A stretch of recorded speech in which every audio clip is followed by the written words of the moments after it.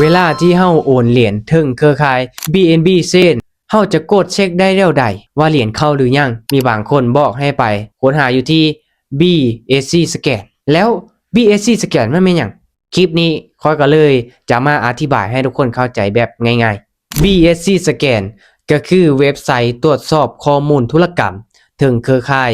BNB Smart Chain เว้าง่ายๆก็คือมันเปรียบเสมือน Google ของบล็อกเชนทุกๆธุรกรรมที่เกิดขึ้นถึงเครือข่ายบ่ว่าจะเป็นการโอนเหรียญการซื้อเหรียญการเชื่อมต่อกระเป๋าหรือว่าการใช้งานแอป DeFi เฮาสามารถที่จะไปตรวจสอบเบิ่งได้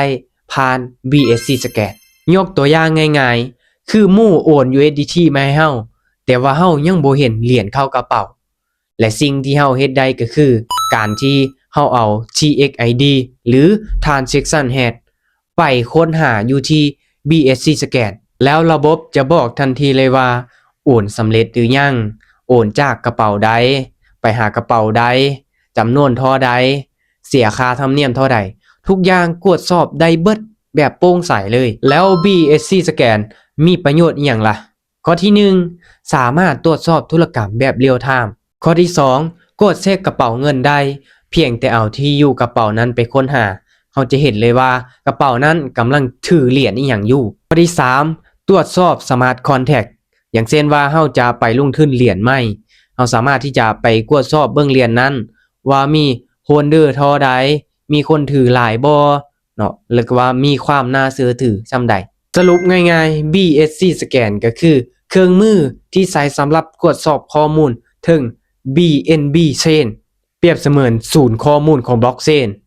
ที่เราสามารถที่จะตรวจสอบได้ทุกอย่างแบบโปร่งใสสำหรับคนที่ว่ากำลังเข้ามาลงทุนใหม่ๆในวงการคริปโตควรที่จะรู้ควรที่จะศึกษาไว้และนำใช้ให้มันเป็นถ้าเห็นว่าคลิปนี้มีประโยชน์เดี๋ยวคลิปต่อไปค่อยจะมาสอนวิธีการนำใช้หรือว่าวิธีการค้นหาว่าเฮ็ดแบบใดโอเคสำหรับคลิปนี้หวังว่าทุกคนจะได้